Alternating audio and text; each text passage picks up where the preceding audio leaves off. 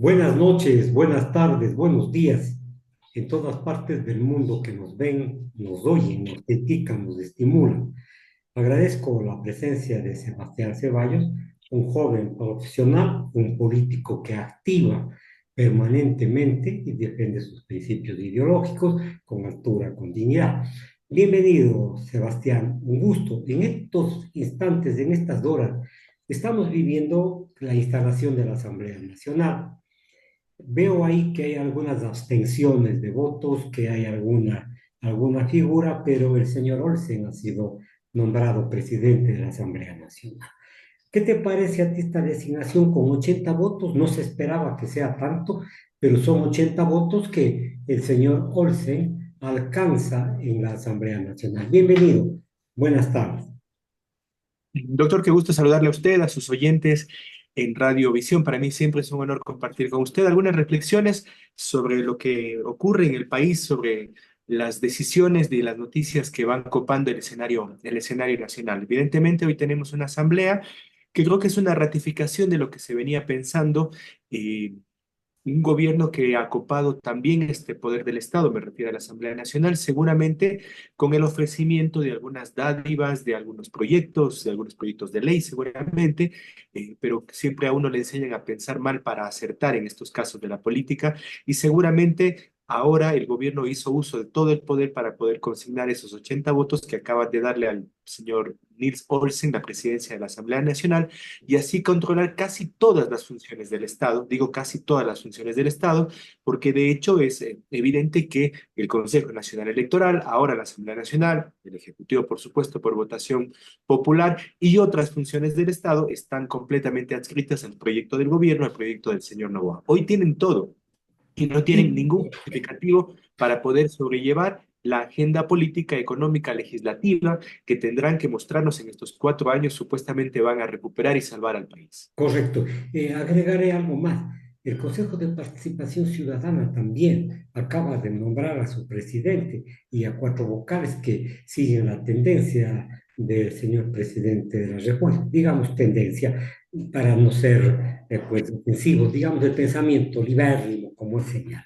¿Qué te parece esta cooptación del Consejo de Participación Ciudadana? Eso significa que nos viene fiscal, superintendentes, en fin, nombrados por esta concertación.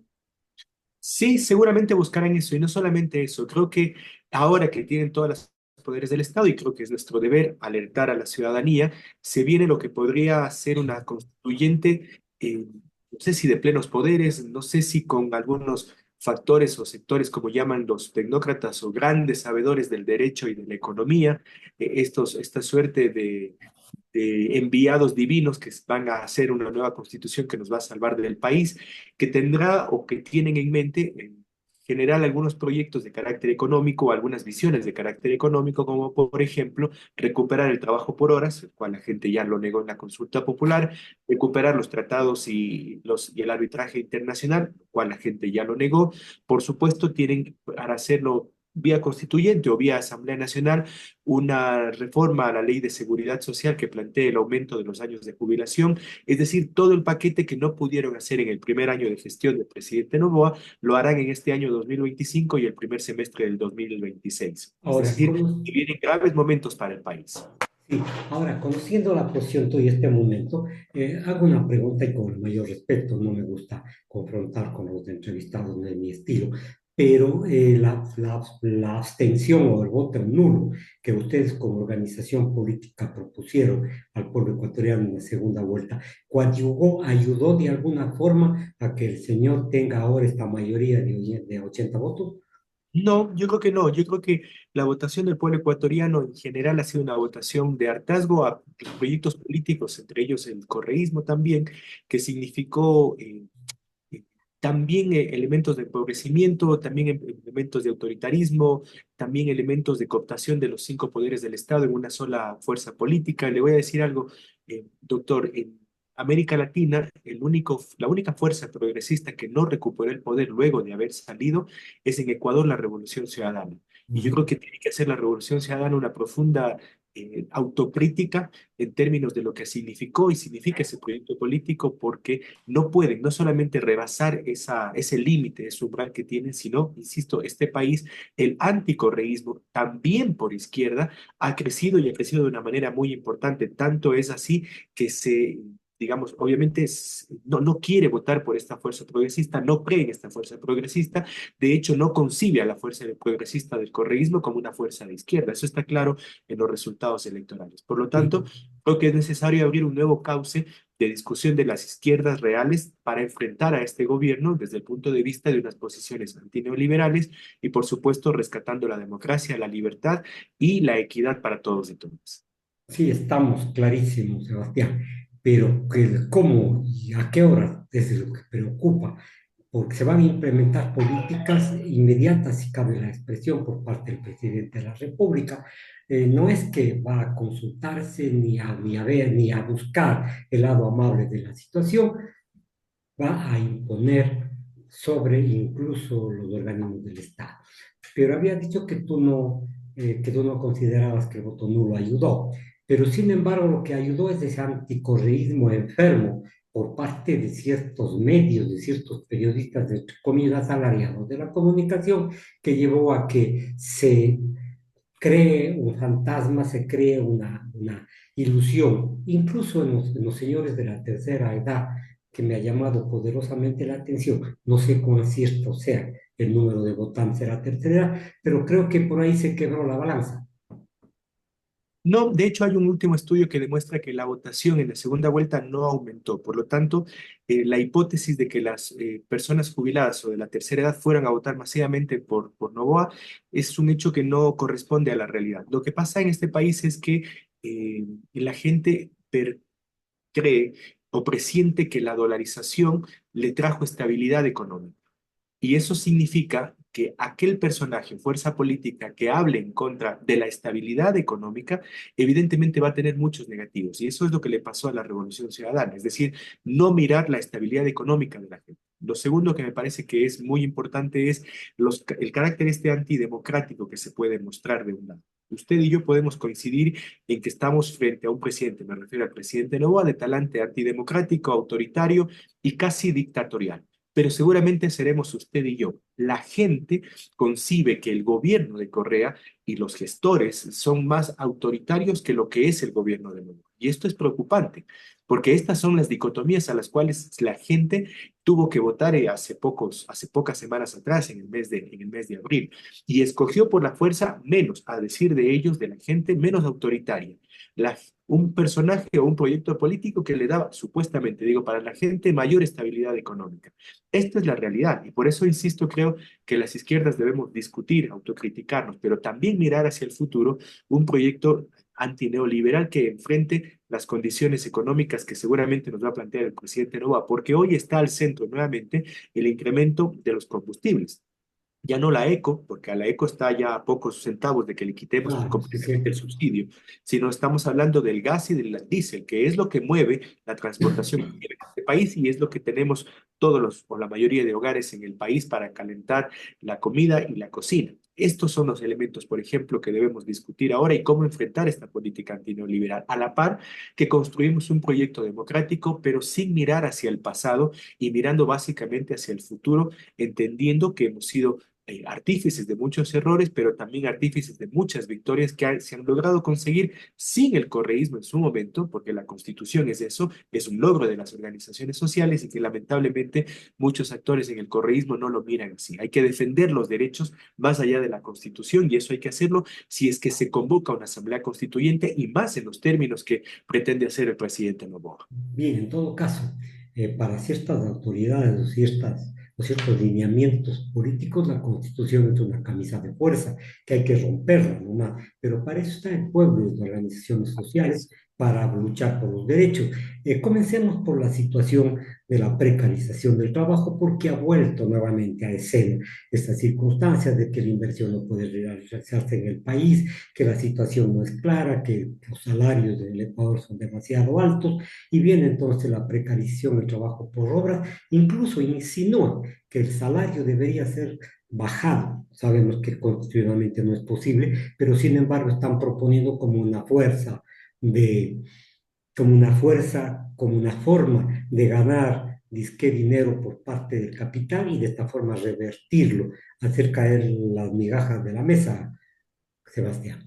Sí, yo creo que estamos a puertas de lo que será la presentación de la propuesta, al menos, no sé si en la Constituyente, no sé si en la Asamblea Nacional, de una nueva reforma laboral nunca antes vista en la historia de este país. Usted conoce mejor que yo las reformas laborales que se han sucedido en el Ecuador han sido parciales, capaz la más completa fue en el gobierno de Borja, pero hoy estamos a puertas de, con el poderío que tienen, con el control de las cinco funciones del Estado y una hipotética convocatoria de la Constituyente, meter un paquete de reformas antilaborales que son realmente complicados. Lo primero es la seguridad social, van a incrementar el tema de los años de jubilación y eso es gravísimo porque Ajá, la por gente cierto. pierde derechos. Lo segundo, en el mismo tema de la seguridad social, tiene que ver con el hecho de que no se va a contabilizar la jubilación en términos de los 5 mejores años, sino ya lo ha dicho el señor Peña, presidente del IES, ha dicho, vamos a contabilizar en torno a los 30 años de servicio. Yo hago un ejercicio normal. 30 años de servicio quiere decir que todavía la gente va a contabilizar en sucres, en algunos casos, la jubilación. Este es un paquete de medidas que tienen que ver, por ejemplo, con el tema de la seguridad social y que afectan directamente a los trabajadores en relación de dependencia. Grave, gravísimo. Lo segundo es lo que usted bien ha dicho, recuperar la flexibilización que empezará por el tema del trabajo por horas. También Ujú. se discutirá el tema del salario, que es algo muy importante, e incluso los años o la edad para trabajar, porque recuerde usted que hay esa vieja tesis también de que los jóvenes entre 14 y 15 años ya pueden trabajar, es decir, ampliando hasta los años para poder emplearse en el sector público o privado. Es decir, gravísimo nuevamente para hacer que los trabajadores paguen la crisis o bajar el costo de lo que bien se ha dicho por parte de las élites, el costo de la mano de obra en el Ecuador, que resulta ser para ellos muy caro. Ayer hubo una resolución en la Asamblea en el sentido de que se prohíbe poner la edad en las convocatorias para el trabajo. Bueno, es una pantalla nomás, una situación difícil para que se cumpla. Pero bueno, de todas formas, lo que yo tengo una duda y una intriga, Sebastián, como abogados nosotros somos más perspicaces a lo mejor de cierto tema. La situación de 10 es precaria, sumamente precaria, groseramente precaria.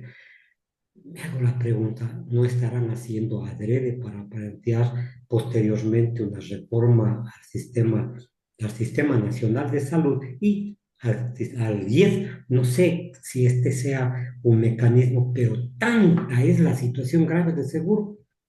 Sí, le recuerdo que existe una propuesta que la tiene hoy mismo el presidente Noboa en su despacho, que es la propuesta hecha por Augusto de la Torre, enviado, comisionado del Banco Mundial, uno de los economistas quiteños que ahora mismo, Pablo Lucio Paredes, que es Ujú. decano, fue decano de la UTLA, que son precisamente estas personajes de la élite económica de este país que han coincidido en el tema de que la deuda que tiene el Estado con el IES es insostenible.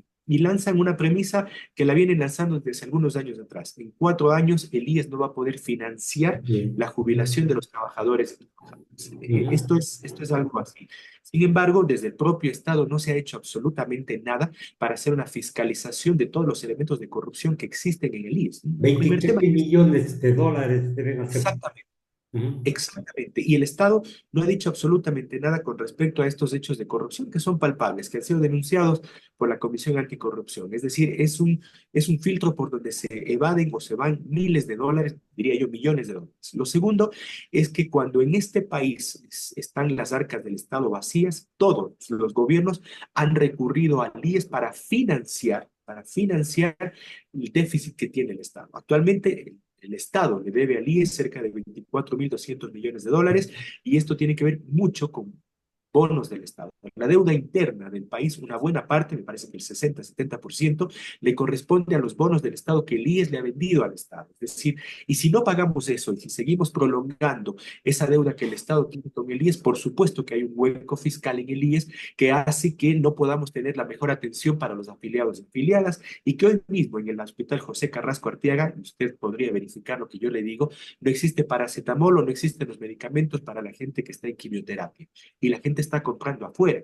Y hay una responsabilidad de todos los gobiernos, pero hoy del Estado. Lo preocupante es que, como usted bien dice, asumen estos criterios y estos conceptos para intentar meter el gato por liebre o intentar meter este paquete de medidas que lo único que pretenden es afectar a los trabajadores. Yo estuve en el sindicato de obreros del municipio de Gualaceo la semana pasada y cuando comentábamos estos temas, la gente estaba dispuesta a movilizarse, doctor, y movilizarse para defender uno de los baluartes que tiene Latinoamérica, que es la seguridad social ecuatoriana. Correcto. Recuerde que ya pasó en Chile, ya pasó en Paraguay, ya pasó en otros países y nosotros tenemos eso, a pesar de todas las dificultades que hay, como un baluarte conseguido por la lucha de los trabajadores y seguramente usted, yo y la gente que nos escucha, que nos mira, estará en las calles defendiendo. No es tan fácil tampoco implementar todas estas políticas, como por ejemplo en los temas del IES, aunque tengan todos los poderes del Estado.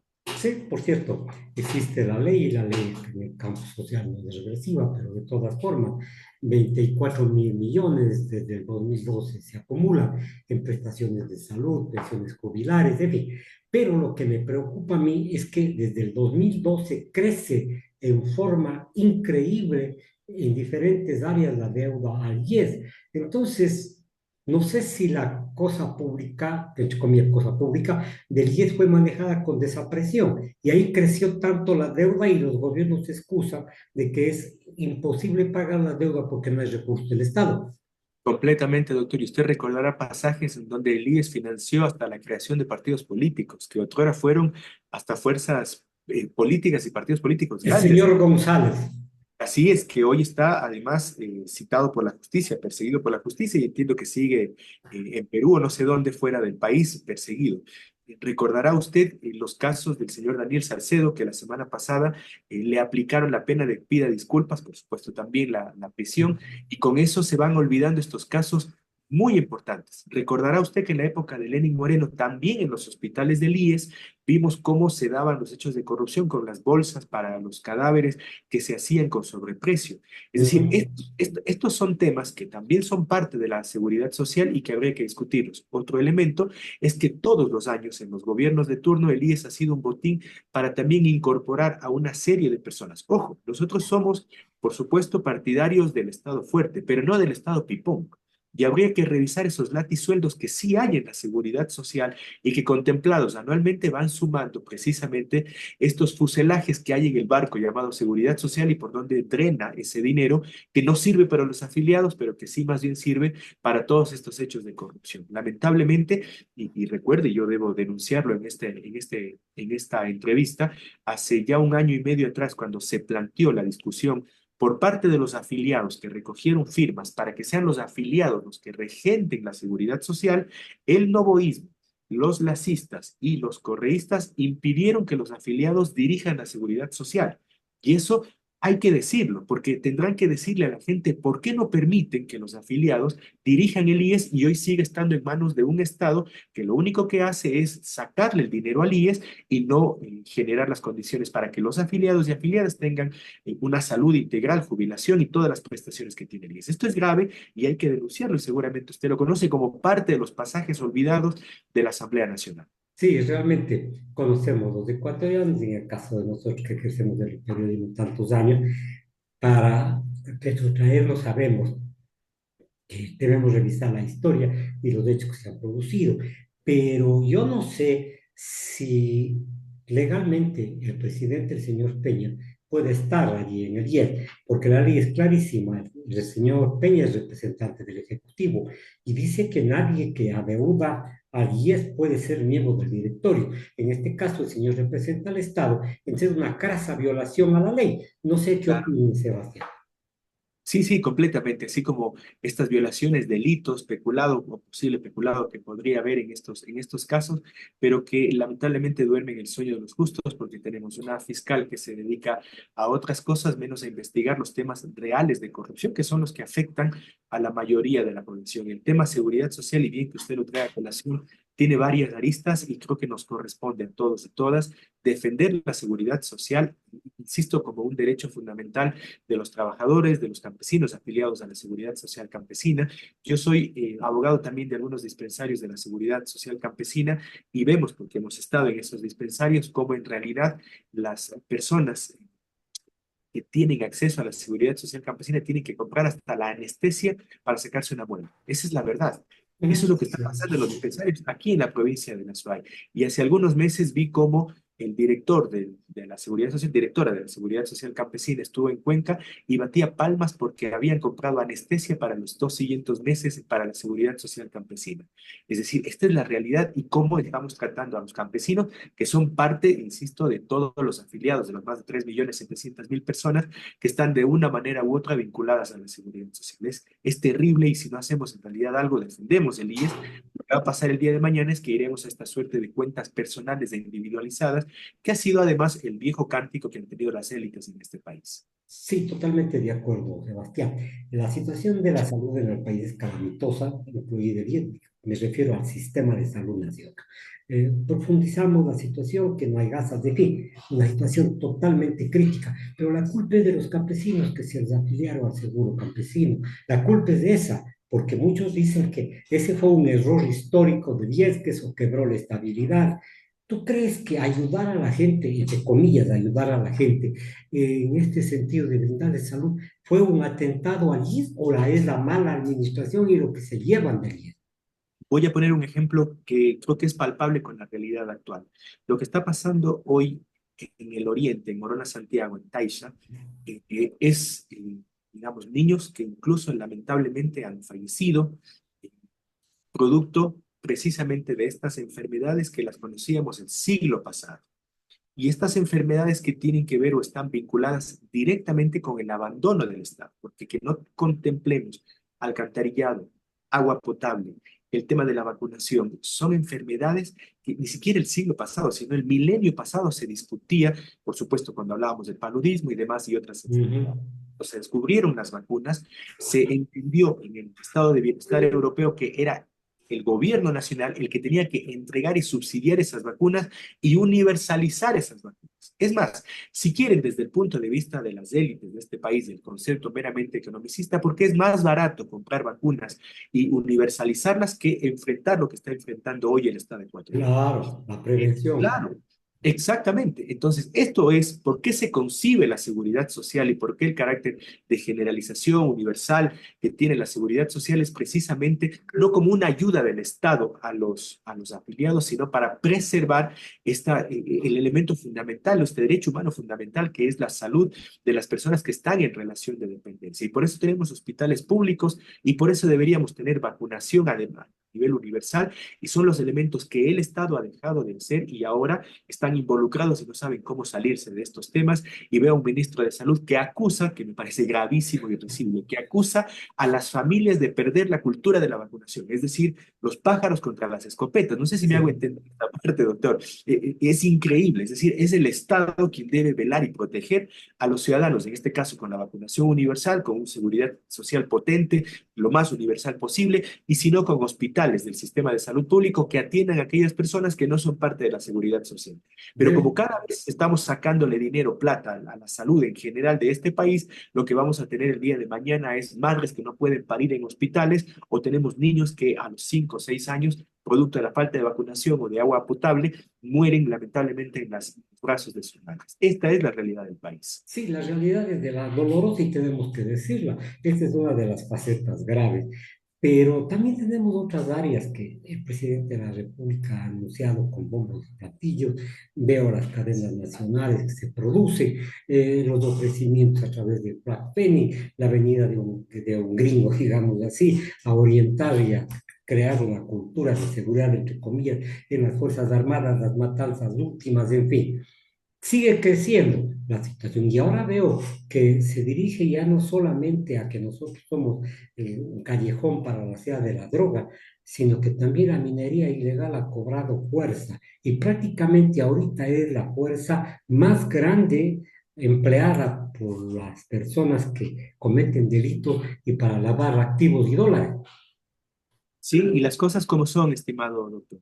Este país sigue siendo el principal país de exportación de cocaína y, y los derivados, digamos, que existen. Este país, es decir, el plan Fénix o el plan que tenía el señor Lazo o los serie de mercenarios que han traído a este país, que son también de risa, no han funcionado. Seguimos siendo, de acuerdo a las últimas estadísticas, el principal país de exportación de cocaína hacia Europa. Es decir, algo está pasando. Y según los estudiosos, mientras más toneladas de cocaína usted decomise, eso no es señal de que vamos bien, sino de que estamos empeorando la situación, porque se decomisa únicamente el 15, el 20% de la cocaína que se produce o que se Y exporta. eso también. Y esto también, y esto también. Por lo tanto, la pregunta clave es ¿por dónde se exporta? Nosotros tenemos la ventaja, la bendición de ser un país que tiene relación con el mar, que tiene en nuestras fronteras está el mar, el Océano Pacífico. Por lo tanto, lo lógico es que un Estado se preocupe por los puertos, tanto privados como públicos, que existen en este país. Y en este país no existe control. Los puertos siguen entregados. Los exportadores bananeros y o a los narcotraficantes. Y a los camaroneros también emplean la Por pata. supuesto, ¿Sí? por supuesto. Y Ujú. no hay, o hay, diría yo, una alianza casi casi que estratégica, por supuesto, entre algunos sectores bananeros, camaroneros y por supuesto los lazos que existen con el narcotráfico en este país. Y eso hay que afirmarlo y eso hay que decirlo sin vacilación y sin ningún miedo. Y eso es lo que hace que esa potencialidad económica que tiene el narcotráfico derive, estimado doctor, en que tengamos muchísimos recursos económicos, dicen cerca de 3.500, 4.000 millones que se mueven en la economía nacional producto del microtráfico y el narcotráfico. Y esto es Ujú. gravísimo, porque no se hace nada, porque además ese dinero en algún lugar se está lavando y no se hace ningún control en el sistema financiero nacional. Y lo otro es lo que usted ha dicho, y lo que ha pasado en mi solidaridad con los 11 militares que lamentablemente fallecieron en Orellana, en la provincia de Orellana, también se dan en la provincia de Azuay. Ojo, recuerde usted que nosotros lo dijimos, en el caso del Sixi, Pucará, Santa Isabel, son 10 cantones en la provincia de La Suay donde existe minería ilegal. Pero existe también el contubernio con el Estado, porque usted, doctor, sabe más que yo que los delitos se hacen por acción o por omisión. Y el Estado, por omisión, está olvidando esos territorios donde la minería ilegal está ganando terreno. Y no son los campesinos los que están cavando la tierra, sino son las bandas que se están organizando para precisamente generar minería ilegal a mediana escala, diría yo, en nuestra provincia de La Suay, y ganar a partir de eso y generar bandas, microtráfico, tema de violación, prostitución e incluso el tema del contrabando de armas, que es muy peligroso porque estas bandas están generando un poder que en algún momento va a estallar en la provincia de La Suay sin ningún tipo de control. Sí, la situación es preocupante. Ya vemos la seguridad, vemos la situación de lo que crecen los grupos criminales. Pero hay una cosa que me preocupa más aún. Por parte del gobierno y por parte de los que ganaron las elecciones, no he visto con claridad algún tipo de política pública social. O sea, me sorprende, porque dentro de la verborrea, dentro de la situación del ofrecimiento, yo te doy, tampoco se ha tocado este tipo de circunstancias. ¿Qué piensas? No hay una política pública para los sectores populares, sino solamente una política, diría, dirigida a los grupos de poder. Yo creo que las cosas como son y por su nombre. Yo creo que hay una alianza macabra entre los sectores de poder, de las élites de poder político, con las élites de poder económico y con las élites de las bandas de este país. Y ese es el nuevo elemento que configura la democracia ecuatoriana. Es decir, antes había una relación entre las élites políticas y las élites económicas. Febres Cordero, una expresión de eso, es decir, en su momento. Pero ahora se suma a ese poderío económico y político que existe en este país, existe también el poderío de las bandas que operan por fuera de la ley dedicadas al tráfico que han infiltrado la justicia. Ahí tiene usted el caso del expresidente del Consejo de la Judicatura, quien le denominaban el diablo y que era el responsable de arreglar con los jueces de Ujú. determinados casos de los capos del narcotráfico en este país. Esa es una vinculación directa, expresa, del poder del narcotráfico con la política de este país. Bueno, Hay evidencia conceptual de que los alcaldes, prefectos han sido financiados por el poder del narcotráfico. Y esa es una relación incestuosa que hace que esta democracia esté camino a la deriva si no la rescatamos. Y no solamente es la relación ya esta que existe entre el poder económico y político, que evidentemente señala que si es que el poder económico dirime sobre las decisiones políticas, este país está, por supuesto, diseñado para que el futuro sea para esas élites económicas y no para el conjunto de la población. Pero si encima de eso le ponemos al narcotráfico, y son esas mismas élites políticas que se han transformado precisamente en esta relación, es que tenemos que salvar a nuestro país. Hoy tenemos, y seguramente mucha gente confiará en el nuevo presidente de la Asamblea Nacional. En 10 días tendremos la nueva precesión del presidente Noboa. Nosotros hoy, como usted, hablamos fuerte y claro que nos reservamos el derecho de creer. Nos reservamos el derecho de no confiar y lo decimos a la población, so pena incluso de caer mal por decir que no confiamos, no creemos en algo que está por empezar. Las cosas hay que decirlas como son y por supuesto que quisiera equivocarme, pero tengo muchas presunciones de que no lo haré, no porque sea yo, sino porque conocemos algo de la historia y de las verdaderas intenciones de Noboa y ahora del señor Olsen en la Asamblea Nacional. Ahora, para no ser negativos 100% dentro del programa, que del panorama que nos presenta, unas palabras de aliento, Sebastián. Al Yo creo pueblo que hay diría que hay que dirigirles, en fin, no dirigirles, sino tratar de crear conciencia para que las respuestas sean acorde a lo que nos viene, Sebastián. Yo creo que a propósito de reconocer a un luchador latinoamericano, como lo fue el presidente Mujica, que creo que todos debemos releer, leer sus discursos, su obra.